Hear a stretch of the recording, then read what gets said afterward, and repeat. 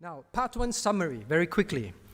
We have learned that children inevitably will grow to be like you. We've seen scriptural examples, and we've seen even scientific acknowledgement of that. They emulate, they imitate, they follow. Now, children will take your sin to a greater degree. We've seen that again and again through the second, third, fourth generation. In fact, it gets worse and worse and worse. Now, the thing that we have to remember is when in your generation, you may feel that you are just not choosing, you are just not approving things that are excellent. You may not think it is sin, it's just not excellent. Your children will take it to the next level where it is sin. They will do that. You've seen that again and again.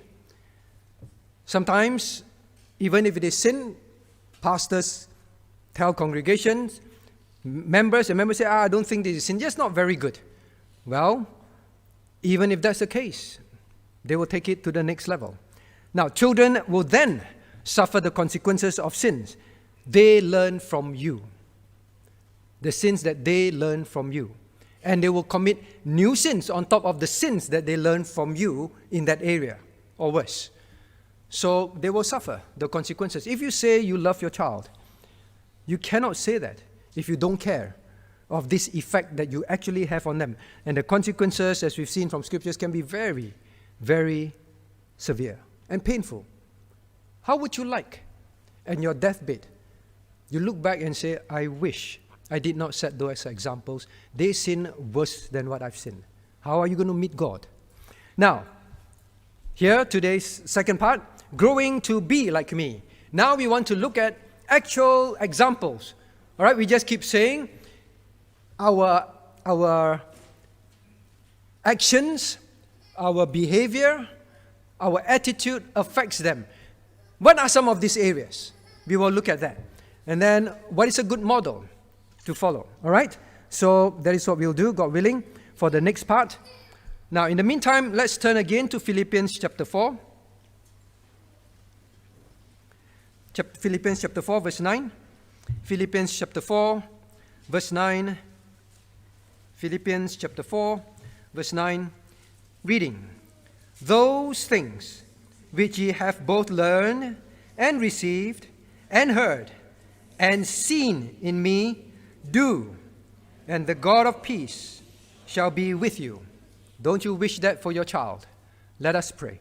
Our Father in heaven, we thank you for giving us the history in your word that we may learn and be warned, and also to be encouraged that you are a God that is full of loving kindness, mercy, and help towards those that desire to be godly seed, to be godly examples, to bring up godly seeds.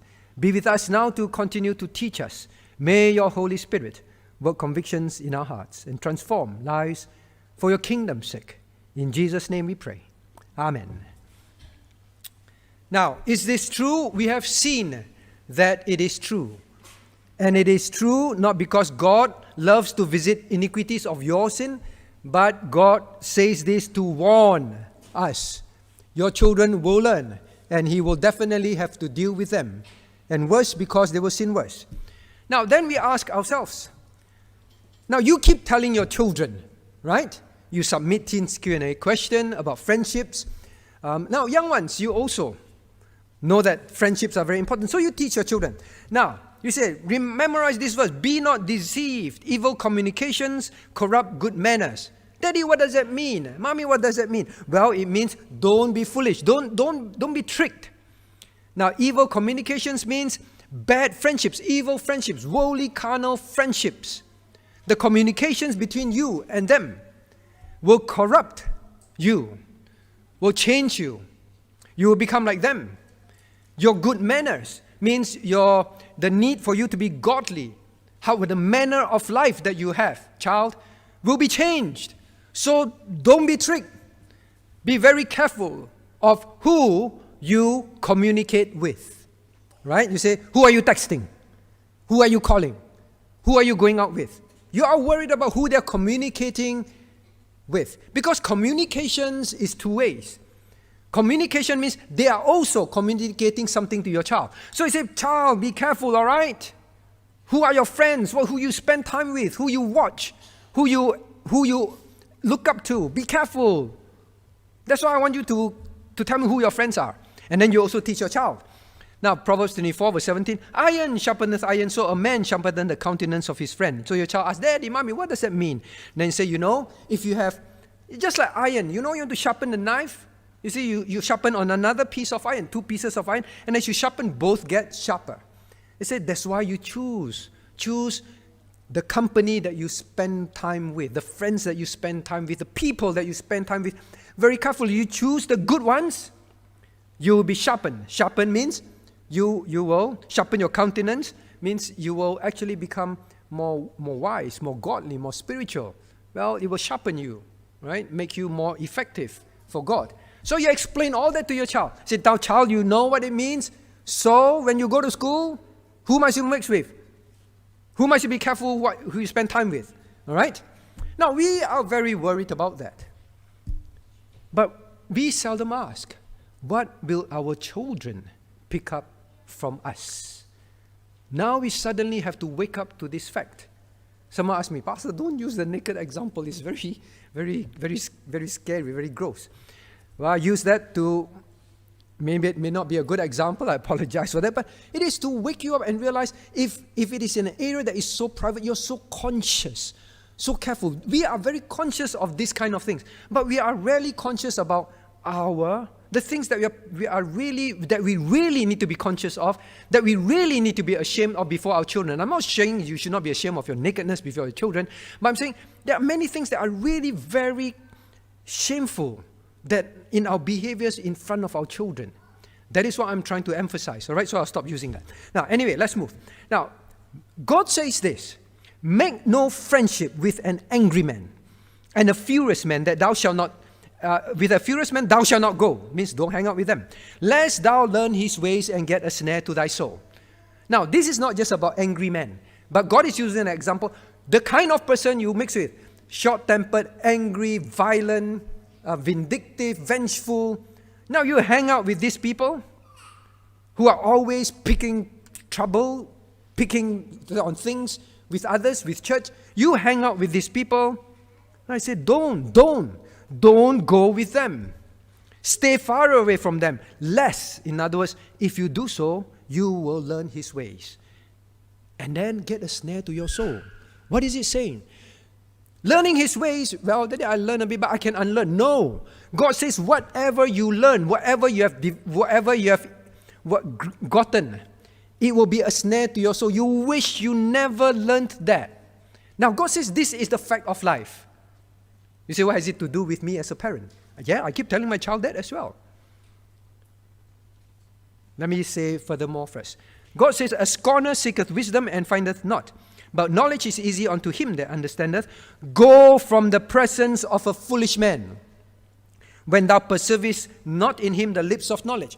Go from the presence. Means you say, if you know this is a foolish man, go from his presence.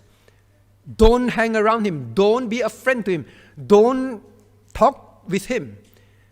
Because you will learn his way, and after that, his ways just keep coming back to your heart. Keeps coming back to you. Say, yeah, Pastor, you are right. I keep telling my children that. I'm so glad you say that, and they are here to hear that. Right? You say that. What applies to friends applies even more to parents. What applies to friends? What you are worried about your child picking up from friends applies even more to you, because you spend more time with them than the friend. They look up to you, at least most of you, more than their friend in school. It applies even more to you. Suddenly, now you have to be a lot more conscious. Now here, do you see some of your parents' character, traits, habits, likes and dislikes in yourself? Do you see some of your parents' in-laws' character, habits, likes and dislikes in your spouse? That one is very fast. You are like your mother. You are like your father, right? Every time there's argument, just like your father, just like that. You see that. You know it's true.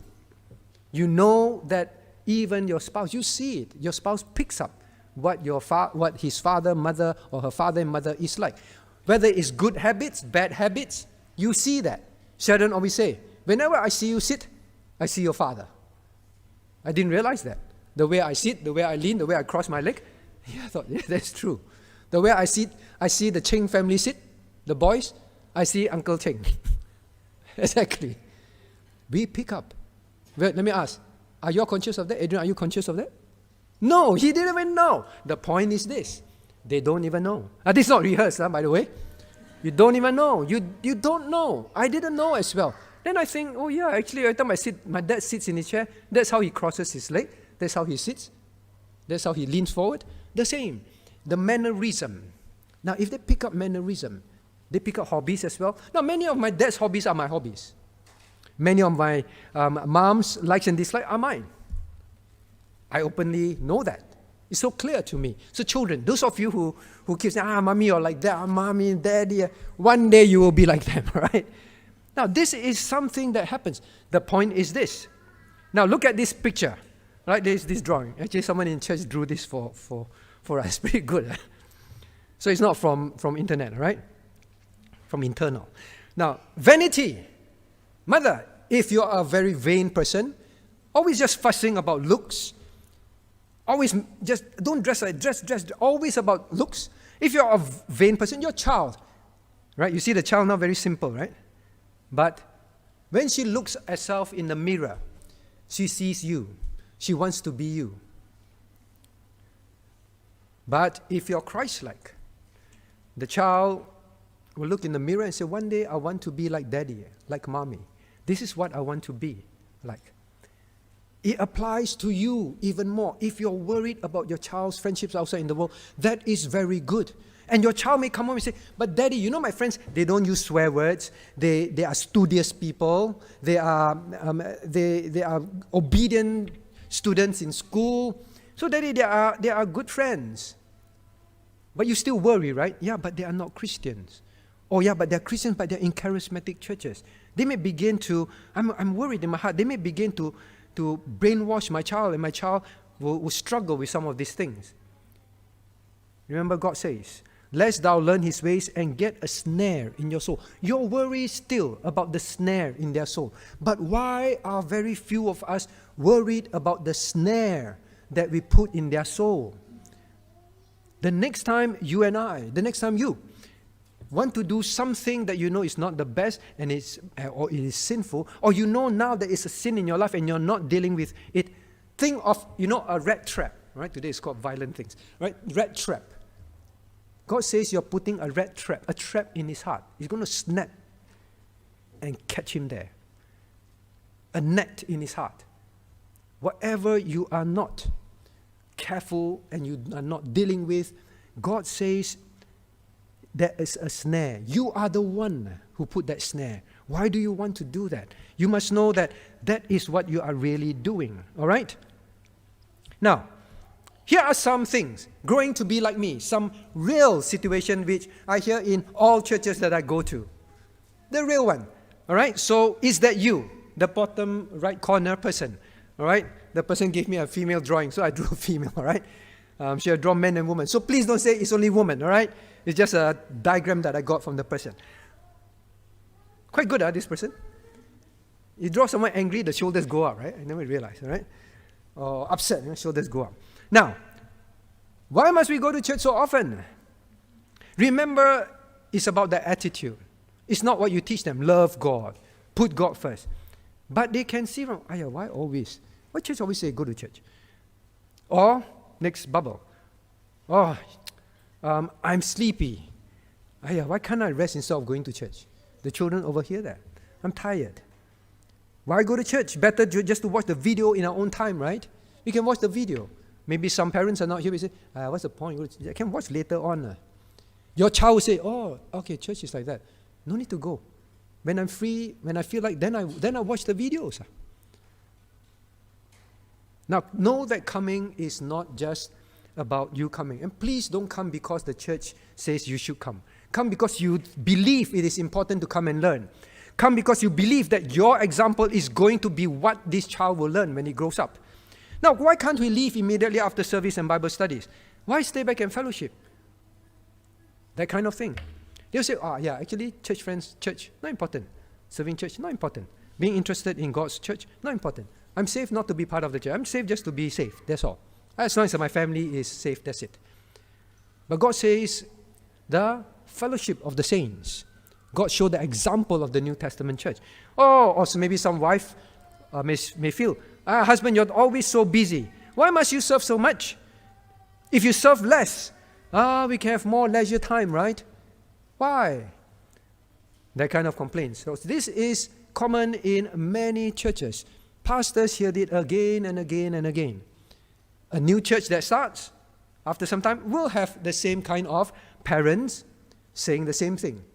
It's the same everywhere. Because that is in us. In us. What parents say, children will follow. I'm sure you tell your child, church, we must go, we must worship, we must go for Bible studies, we must learn, we must go, at home we must do family worship. You must say all these things. But in between, you complain, murmur, unhappy. Your child, by the time they reach a certain age, they will be like you. Believe me. Because I've seen this in this church, I've seen this in every church I've served in. It happens. Just like God says. Now, your attitude and your actions. Let's look at some things. What are they growing to be like me? Some practical areas, all right? Your attitude and your actions, not your words, are what your children will see and truly follow. What you see in me, do. Now, God is first in my life. Now, the green one is all the good things. The red side is the problems in our life. We can be saying all the green things to our children, but in reality, your child sees the red things in your life. I think that is our biggest challenge as parents. Don't you agree? Now, I'm not scolding you out. By the fact that you're here, you want to learn. I know. But I'm trying to highlight the red one to let you realize, actually, that is probably very often what I'm portraying to my child, although I want my child to be the green things, all right, to be in the green segment. Now, God is first in my life. Now, if they see that genuinely in you, worship, learning, serving, church, fellowship, witnessing, how you use your finances, you really put God first. Or me first. That is opposite to put God first. Now I say, wow, God is first. But whenever there are family activities, no, God is not first. No, we shall not go, we shall not serve. I think it's more important for us to do this together. I think it's more important for us to skip this prayer meeting, and because it's this or that. Family first. Fun first. Fun first. Or this will affect our holidays, or church camp will affect our planning for our holidays. Not that first. What, today? Family seminar. What, Saturday? No. It will affect what we plan to do together as a family. No. All right? But you do tell the child, you must love God, you must love God. But we don't realize many things we do. We are actually showing them it is my family, our family first, and our fun first. Health first. Same thing, health first. Now, I'm not saying that health is not important, fun is not important. You must bond with your family. Health is not important. No, we're not saying that. But the problem is first. First means you don't even trust God. You feel that, well, this might affect my health, so let's skip serving God. Let's skip doing this. But you're showing to your wife and your children, no, actually our health is more important. But love God, all right? Now, rest first. Health and rest, very big thing in Australia. I've covered all this before. Health and rest, we are not saying that it's not important. But do not think that just because your children have less sleep than other children, or you have less sleep or less rest than others, you are going to lose out and suffer. Remember the case of Daniel. Daniel did not eat the best food. He ate simply what their diet for the Jews were at that time. He was in better health than the other children. So they will learn, they will see. Now, school first, right? School first. Wow, you have this basketball camp, tennis camp, whatever camp. Church camp? No. This ECA first. That's more important. Well, you miss this is only once a year, once a year, whatever camp. But it coincides with church camp. No, church camp is not first. But love God, all right? Love God. How come you don't love God? ECA first. Now, when you choose ECA for your children, think carefully, because your choices is telling them what is important. I want to say this again. What you choose for your children, you are by example telling them, Mommy and Daddy feels this is important. Know that. If you choose for them to, now I want to say this openly, if you choose for them to attend something, you keep telling them, well, love God first and all that. But don't worry, Pastor, it doesn't affect church activities. They will still go to church. Because these activities are only during the daytime or whatever. Now, but think carefully. You're always teaching and training him something. Always, non-stop, Non-stop. You are communicating something to your child. Now, if you choose something, now recently I was a bit troubled. I say, you mean, these camps, they make you spend like 5, 6, 7, 8 hours a day just playing the same game, playing, and a few days, a week, a few days, non-stop, drumming. Now, I'm not saying that being good at a game is evil, but I do wonder about that. You can challenge me on that. But I do wonder about that. Wife, let me ask you, if your husband says, I want to go for a golf camp, I said, what do you do at a golf camp? 8 hours of golfing morning to night at different golf courses. A few 16 holes a day. Wow, yeah, for 5 days. Wife, what would you say? Maybe ask the wife. Wife, what would you say? Okay, which wife? Let me see. Which wife? Phyllis, what would you say? Phyllis just said, are you serious? The only people who spend that kind of time and do that kind of thing for so many days, so many hours all the time, that is something that is called, that starts with I. It is your I. What's that I? Phyllis? It becomes I. Somehow it's always the person next to it. What's the thing with this week? Okay, the boy said idol. Idol. The only thing that someone does that is you are making your child look at it as an idol. Now, I'm not saying don't let your child play any games, don't train them and all that.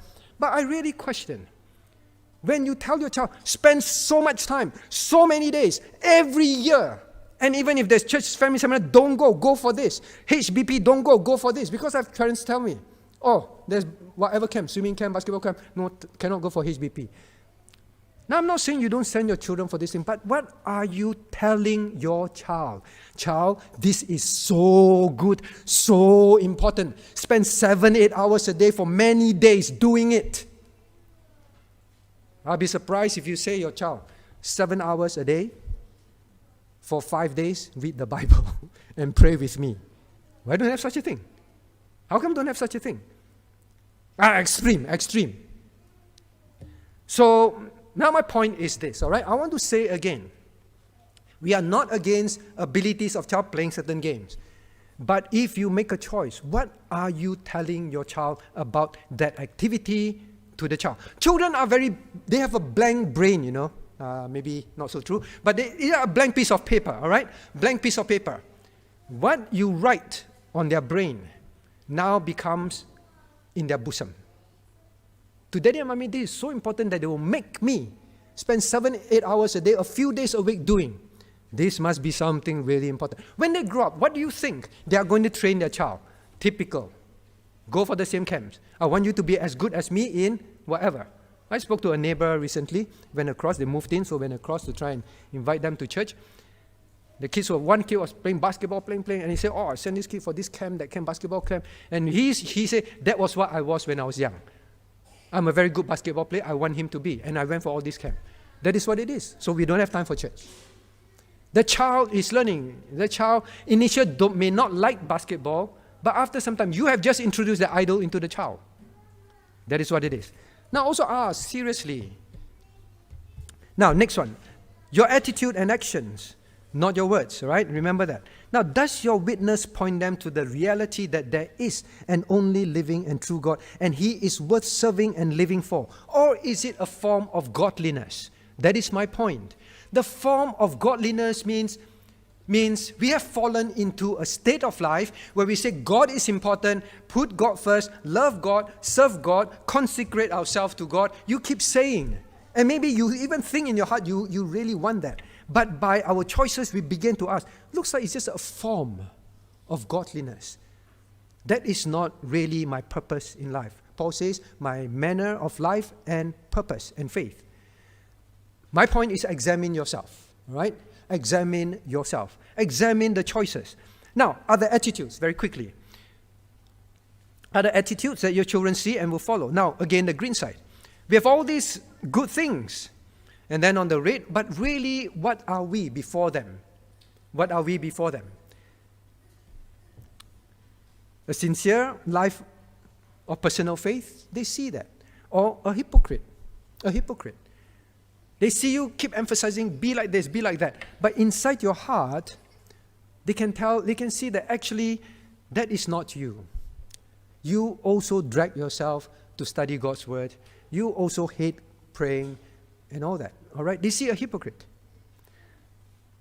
There will be a hypocrite. Love for church as a priority. See, we must love God's kingdom. Christ shed His blood to purchase the church, His bride. We must love the bride as Christ loved the bride. But church is a chore. Is it genuine? Is it genuine? Now, I want to say this. Don't think that just because you say, Pastor, not true, right? I'm at every Bible study, I'm at prayer meetings, I'm at family seminar, I'm at church camp, I'm at. So I'm all right, right? I'm all right. No, it is not just the outward form of godliness. The attitude that they see in your life, your heart. That is the most difficult part of being a parent. The most difficult part. In your heart, you must control that. Now, service is a genuine delight or reluctant service. When you serve, you say, you may say to your wife, but to do this for church again. I wish I didn't have to. They are listening. But they say, when you grow up, make sure you serve God. Father works to provide. That's a good example. But lazy fathers, passive fathers, they will not lead the home. Pretty much, mother is the one who makes decision in the home. Mother is the stubborn and bossy one. Father doesn't like to tell mom, just, okay, whatever mom says. Or mother is a help to the husband. Father leading the home, not being lazy. You can say all these things to your child and teach your child and say that's what you want to be. But when they go home, they see, no, that is not true at home. You see, these are the real actions that are unfolding, that so-called movie they are watching every day. You know, people like to watch serials, right? Most of the serials about family life, correct? This husband like that. Then the wife say that. Then the children say that. Then that's what they do. Then after that, you talk about it. That's what we do before we were saved. Watch all those family serials. Your child is watching a family serial every day, every moment. They hear you quarrel, they hear you murmur, they hear you complain, but yet you tell them, love God, You make sure you marry a husband that will lead. You make sure you marry a wife that will submit. But they don't see that at home. Are there examples? Parents are humble or parents are proud. You can say, be humble, be humble. But actually, by the things you do, by the choices you make, by what you want to have, they say, Daddy, Mommy feels very proud when they have this. Daddy, Mommy feels that those are the things that are important. Makes them proud. Makes them proud if I am like that. All right, so it's not what you say. Child, we don't care about your grades. We don't care about what school. We don't care about what ECA. We don't care about what you grew up to be. That is very good teaching. Very few parents teach that these days. But the biggest challenge is when you make your choices. Really examine. If I tell my child that, but then how come? How come my choices doesn't draw us closer to God, service, His kingdom, His bride. How come it doesn't? You see, your child is putting one and one together, they will still wonder. All right? So, like I say, we are one big step ahead, and I thank God for that. Many of you parents are quite clear in your heart. These things are not important. But our big challenge is we must examine our choices. Do they really, really bring the child towards that? Are they more often studying the Word? Are they more often in church praying with the rest?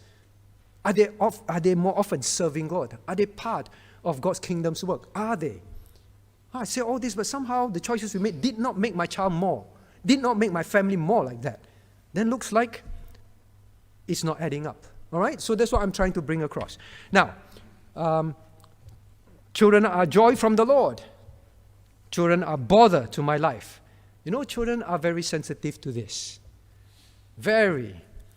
Children know straight away when parents are angry at them or when parents feel that they are a bother. They don't love them. We say, wow, we love our children. Mommy loves you, daddy loves you, and that kind of thing. But when we complain and we murmur, we are unhappy. Children very troublesome.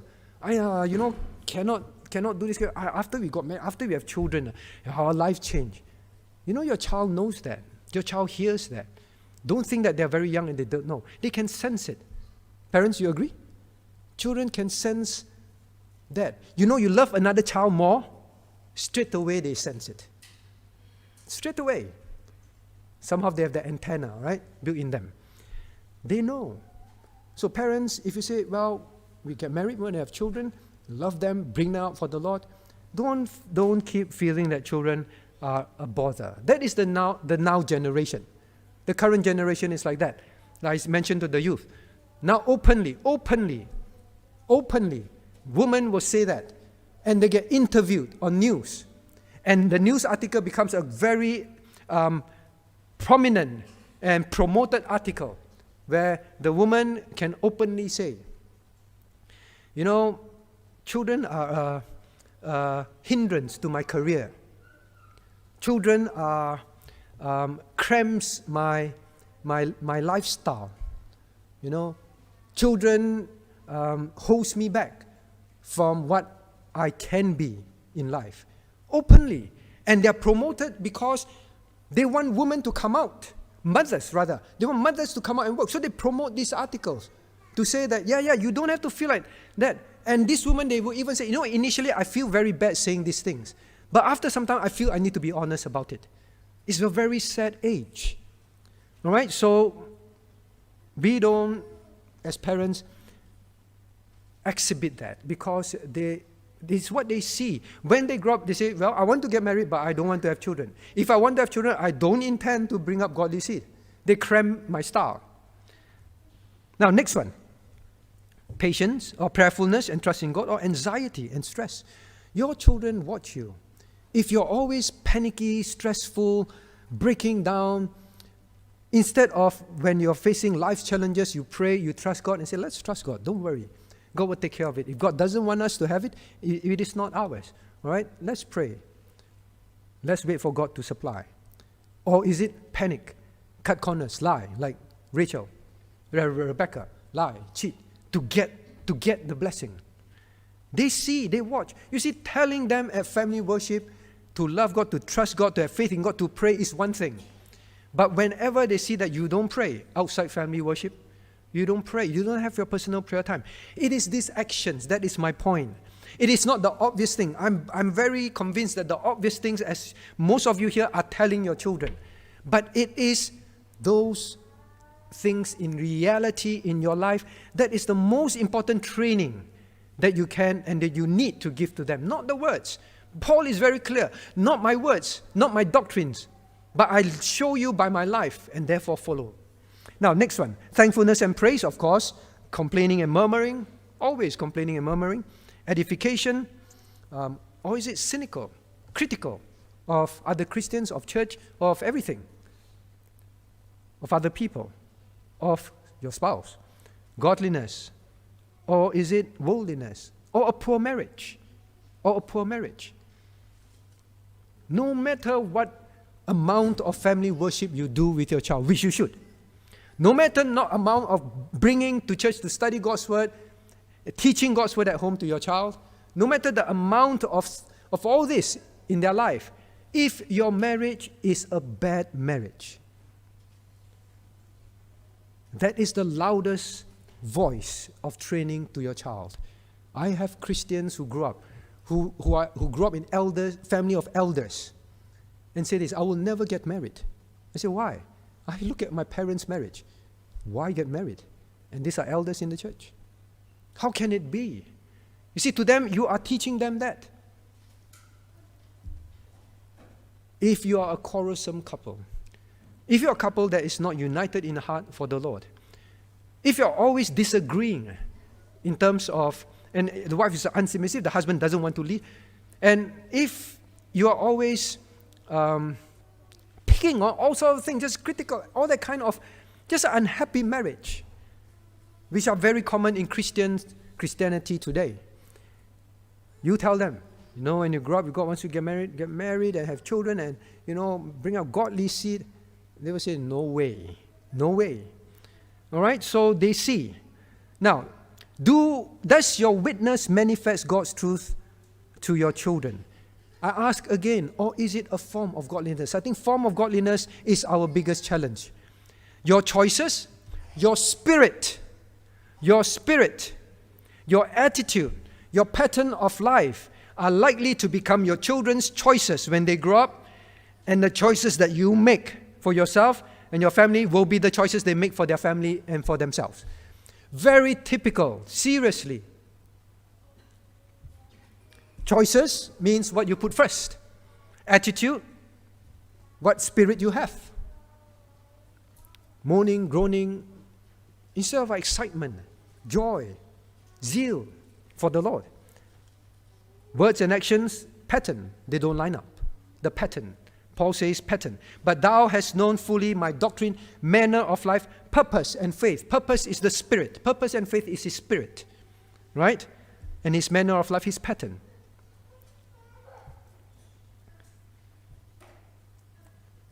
Now, this is to say, remember the left side, the yellow one. Remember, we studied this in our church series. What is a witness? A witness points people to the living God. So point your children to the living God. A witness manifests God's truth to other people. So do that to your child. Bring your children to God. Are you bringing? But teach them by your living. If God is true, God is living, the child really see God is first in your life. God is first in your life. I will live in obedience in every aspect of God's word. How can you tell your child, obey God, when actually in so many aspects of your life you don't? In your temper, in your choices, in not choosing that which is best, you always choose something else. I just can scrape through as a Christian. Teach and disciple them. Teach and disciple by your life. That is a witness to your child. Who is the companion of your child? Let me ask you this. Now I do this little exercise with you. Proverbs 13:20, very common. He that walketh with wise men shall be wise, but a companion of fools shall be destroyed. So you tell your child that. A companion of fools will be destroyed. Boy, girl, but who that walk with wise will be wise. Understand? All right? Now you change. He. Put your child's name. All right? Put your child's name. That walketh with wise, instead of men, you put parents. With wise, put your name there. Shall be wise. But a child. But put your child's name there. Of fools. Maybe I should put bracket. Fools. Put your name there. Right? Of fools shall be destroyed. You see, when we read scriptures, begin to put our names there. Then you have to ask, hey, hang on.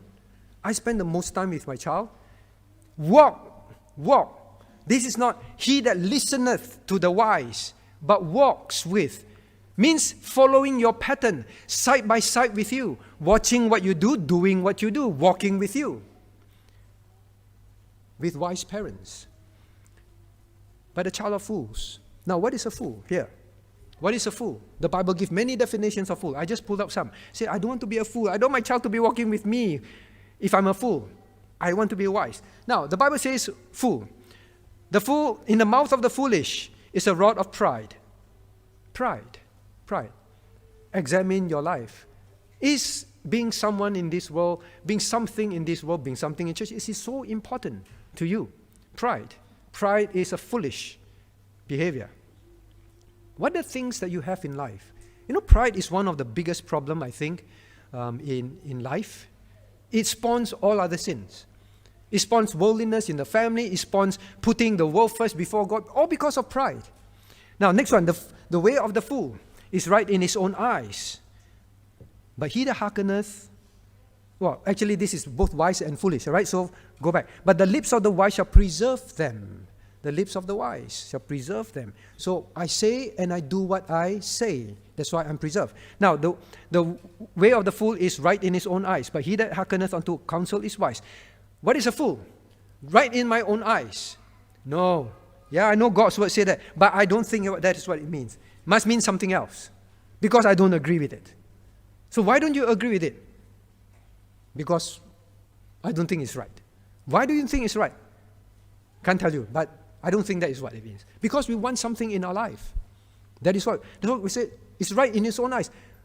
Whatever you choose for your child, whatever you do, is right. It's always right.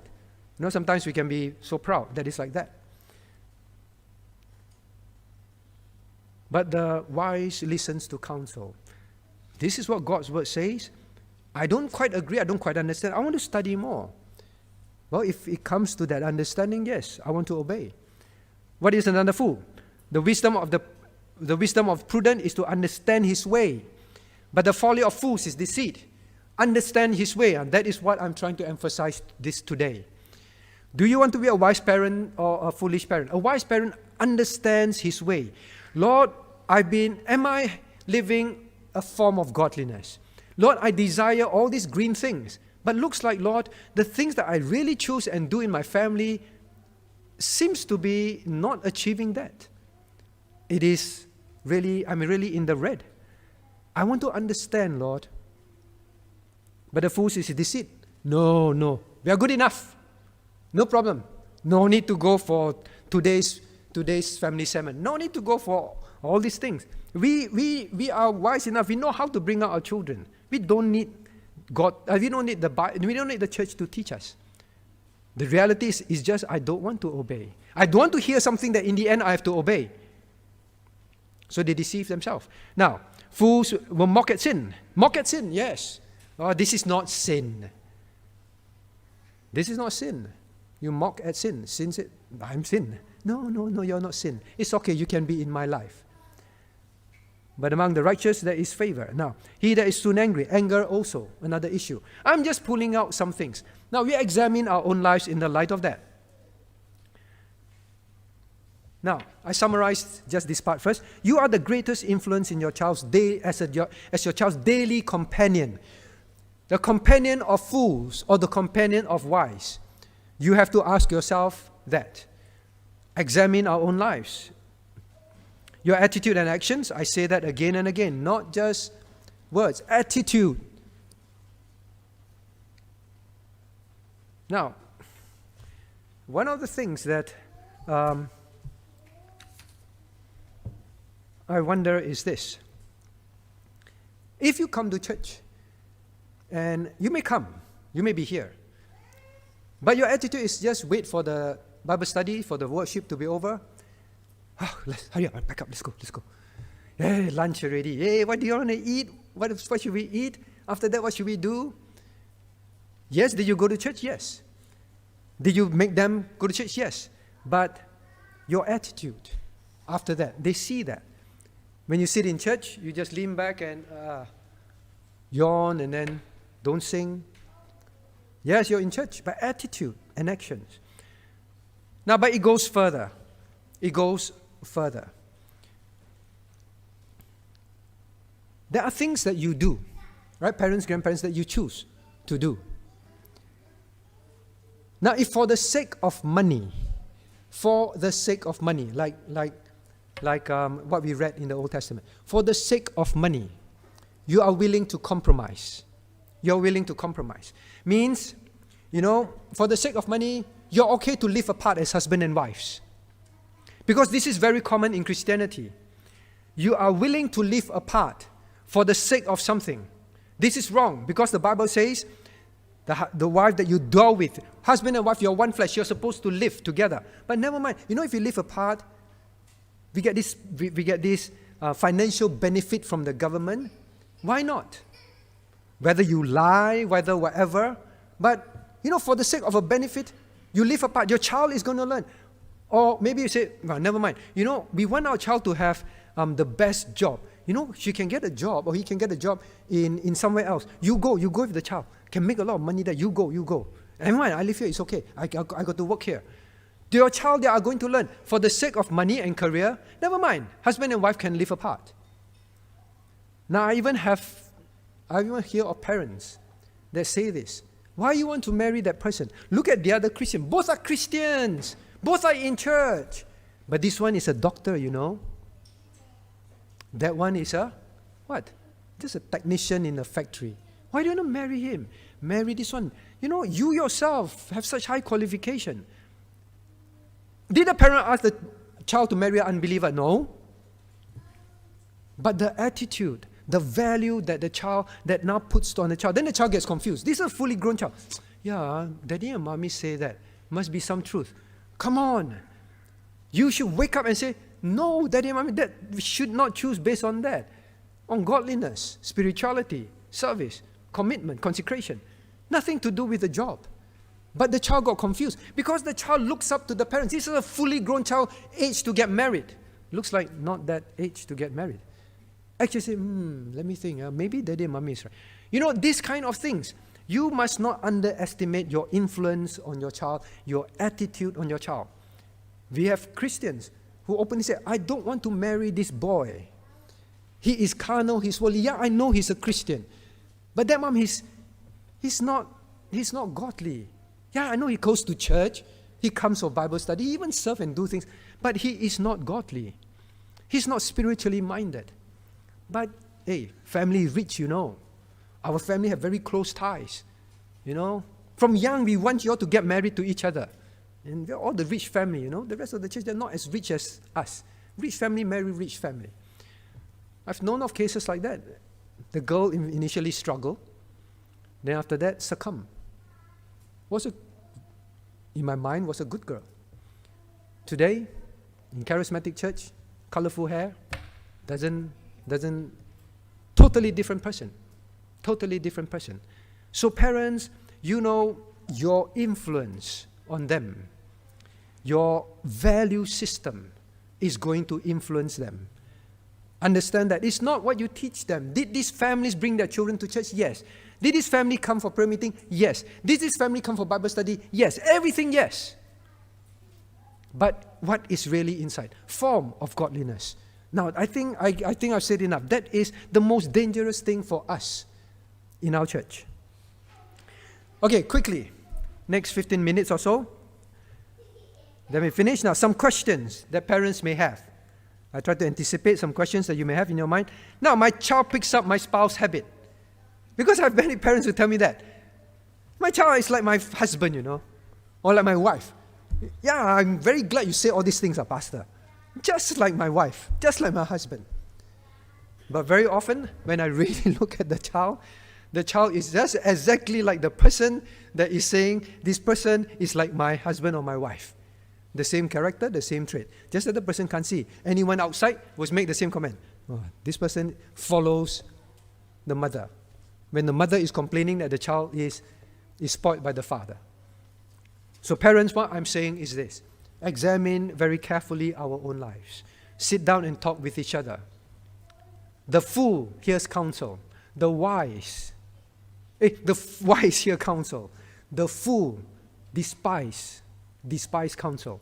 Talk to each other. Husband, this thing about your job, fly in, fly out, or this thing about you not being, or wife, this thing about you not being, can we talk about it? Because we have seen from the Bible, our attitude, our actions will affect our children. It really happens. And it affects our grandchildren that haven't even come into life.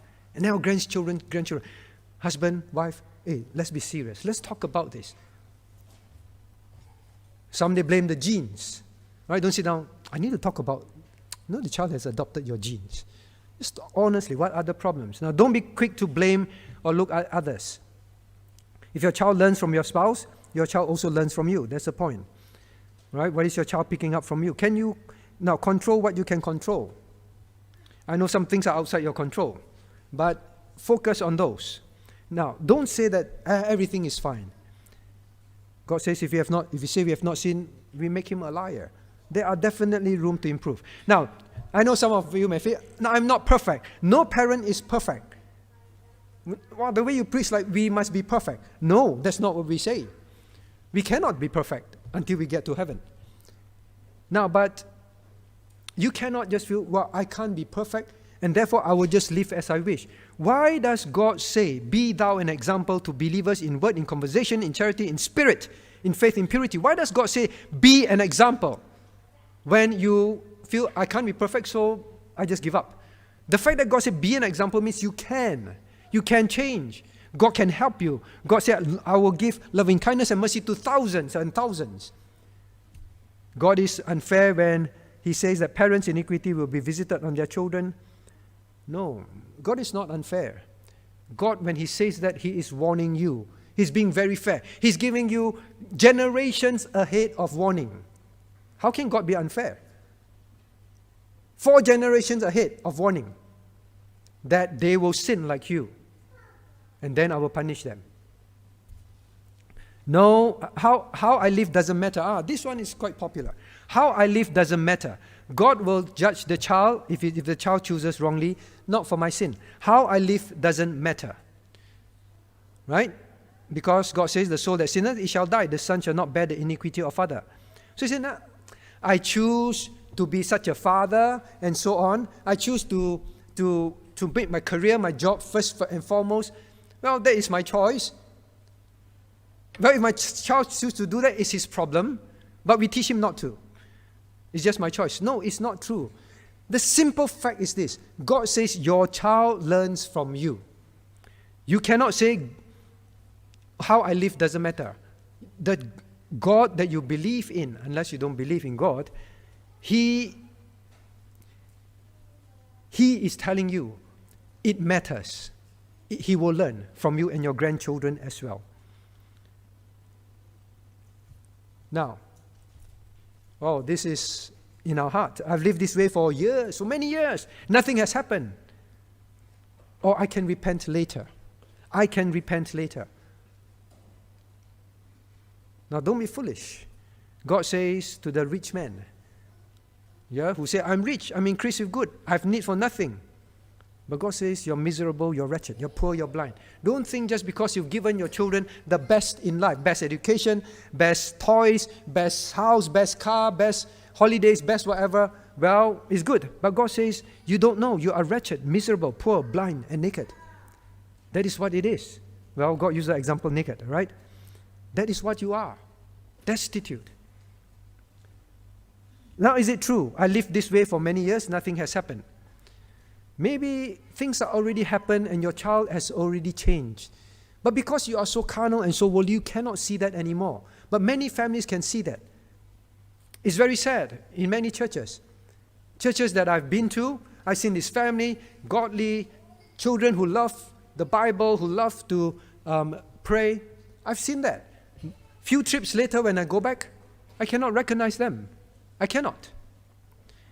The judgment has begun, but these families, you are so engrossed in sin, you don't even know judgment has begun. When you look at their dressing, you look at their priorities, you look at what they talk about, what they do, it's like another family. How can it be? Happens in our church too. Now, consequences of sin will multiply. The longer you do not repent, the longer you do not deal with it and change so that your child will see something else, the consequences are piling up. Your child is learning more and more, longer and longer. As long as you continue to live that way as a father, as a mother, Your child is just learning more and more errors from you, and will eventually learn, when I sin, I will just delay, repent many years later, maybe. Now, there are consequences, like in David's family. I think this is a key message that I want to deliver to BPCWA families. My duty is just to bring my child to church, provide for them. Many of you are doing that. Much better than, I believe, many churches. God be praised. God be thanked.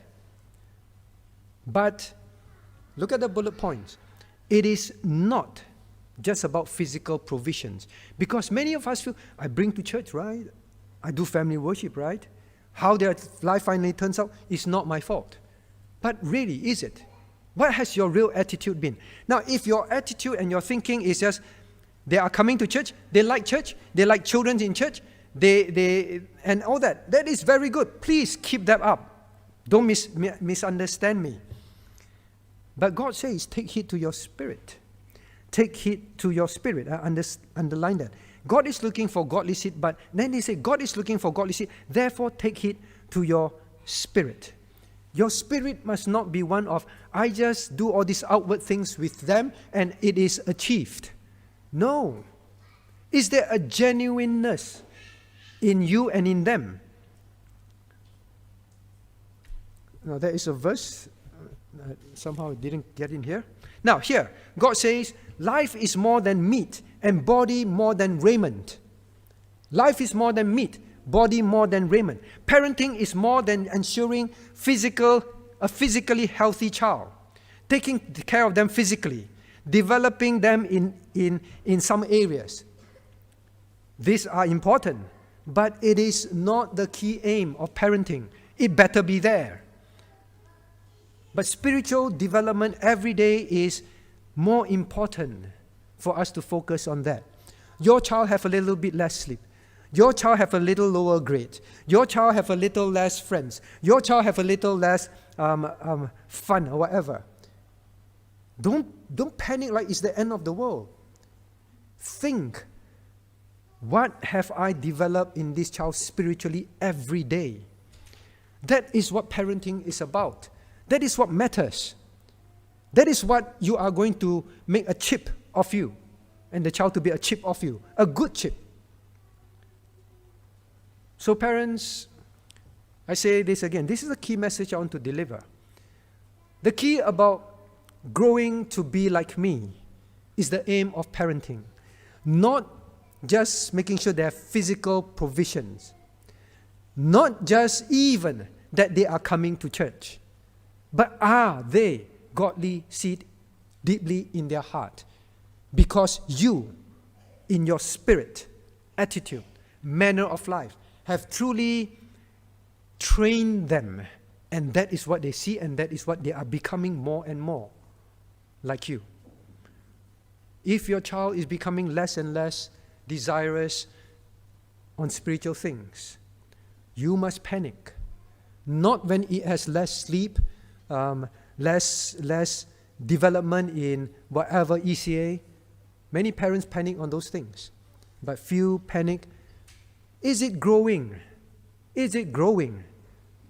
Is it growing to be like me? Now, let me see. Please note this verse. Matthew 8:17. Woe unto the world because of offenses, for it must needs be that offenses come. But woe to that man by whom offenses come. You know what he's saying? Many parents, deeply in our hearts, we think that, we live in a sinful world. What my child will be, I can't control. So they rationalize. It's the sinful world's problem. Well, woe to the sinful world. But God says what? Yes, woe to the sinful world, yes. But woe, he said offenses must come. Yes, children will fall into sin, yes. Offenses will come, stumbling will come. But God says, woe not just to the world, woe to the man by whom offense cometh. Woe unto the father, woe unto the mother, the grandmother, the grandfather, woe to them who bring these stumbling blocks into the children's life. Woe to them. So know that. Don't just say, well, I can't control that. The world is so sinful. You are absolutely having the great influence to help them to grow spiritually. Now, so lastly, how will you respond? Then we close. Now, how will you respond? I've already said this. Please move to a state where you know my living example is the most important thing to develop them spiritually, not just providing for them physically. Don't ease your conscience and say, well, I provide for my family very well, better than other family members in the church. That is not what it is. Parenthood brings responsibilities. All right, you see the child? And there was a kid laughing at this. See the child? The child loves to follow your footsteps. They will follow the footsteps. You leave footprints behind. You may sin and you may say, I repent. But the footprint is there already. They will just look and they put their feet in it and they follow. It's very difficult not to follow. They are sheep. Our child's naturally sinful nature will pick up. They will pick up fleshly and carnal far more easily than you try very hard to teach them something godly. You have to work very hard for them to follow a godly example. You don't have to work very hard for them to follow ungodly example. That is why watching our example is so crucial. Our attitude, our manner of life. All right, so I hope that, I've said this many times, we are their closest companion. Please know that. You are their closest companion. They follow, fools or wise.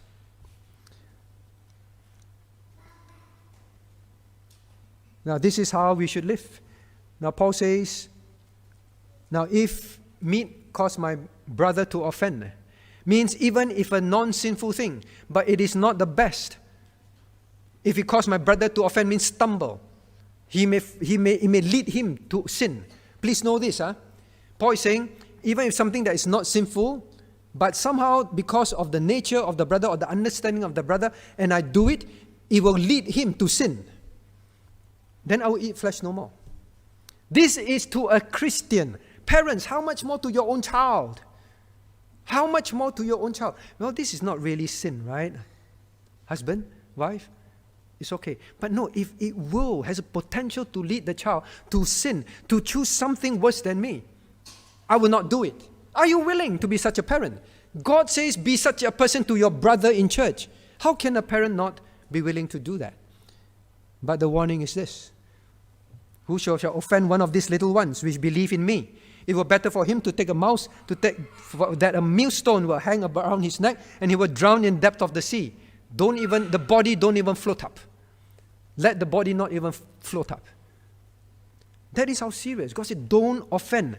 Don't offend your child. Means don't, by your living, your example, your mannerism, your priorities, say one thing but do another. Don't stumble them. Don't cause them to follow you. Your example is so crucial. That is how seriously God looks at it. All right? Now, so we are all children too. All right? I close by saying, because the children are here, right?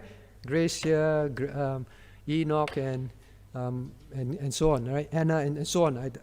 I can't name all of you. You're here. They say we are children too. We have some questions in their heart, maybe. All right? But adults, you are also children, right? You have parents. So as children, you may have some questions as well, which we deal with, and then we should end as the last part. Now, I can't help it. It's what I've learned from young, right? So children go back, see, daddy, mommy, I'm like that because of you. I can't help it, and that's what I learned from young. Maybe you're a fully grown adult parent who have parents, you feel that way as well. Now, please know, psychology tells you that you can't help it. The Bible says, after you are saved, God can renew your mind, put a new spirit in you, renew your mind. You can change to be the example that you need to be. You can. So you cannot blame your parents, all right, young ones? Don't blame your parents. If you look at your parents and they live in sin, or yes, they choose something that can lead to sin, it's not the best, it's not sin yet, I will not do it. When I grow up, I will not do that. I will not be like that. Even when I say this, I feel very sad. Can you imagine one day your child grows up and say this, I never want to be like mom. I never want to be like my dad. Some Christians say that. You know, when I grow up, when I get married, I resolve in my heart never to be like my father. I resolve never to be like my mom. It's very sad to hear that. And this can come from very rich and well-to-do family that put their children through the best education. But they say, I will never want to be like my mom or my dad. Very sad commentary. The world says you can change. Understand that. The world says you cannot change. But the Bible says, don't blame others. You are responsible for your own sin. Yes, the snare is worse. Parents, you are the one who leave that snare in their heart. But children, you can be delivered. Salvation has freed you. All right? But parents and children know this. There are consequences. Parents, you make a bad choice even after you repent. The children may say, oh, daddy, mommy repented. But sometimes the consequences last. The consequences remain. And they are the one that feel it and suffer it. You gamble. You steal from your company. You go to jail. You think they don't suffer? Yes, you come out, you may repent. But they suffer all the consequences. So please know that you have an impact. And children, when that happens, don't blame your parents. God will help you through. You can obey God. Now, I know I should change, but this is where my family's tradition and expectation has been. Am I supposed to obey my parents? All right? So maybe there are things in your life that you feel, you know, when it comes to my parents' traditions and family expectations and all that, I think it's not very good example to my children if I obey it. Now, when that happens, you say, but it is there already. I can't change. Is it biblical? Is it biblically the excellent choice? Learn. Paul says, my prayer for you, Christians, my desire for you, Christians, is not to approve that which is good or better. My prayer for you means it is for every Christian that we approve that which is excellent. The best model, the best choice. But I say, no, I grew up like that. You know, some students from China, they will say, but you know, the traditions, the culture, this is the expectation. I don't agree with it. If I'm married and I have children, I won't expect this of my children. They openly tell me that. But I say, you know, when you get married and you still live out your parents' expectations, which you know is not the best, and you are going to influence your children, you need to stop now.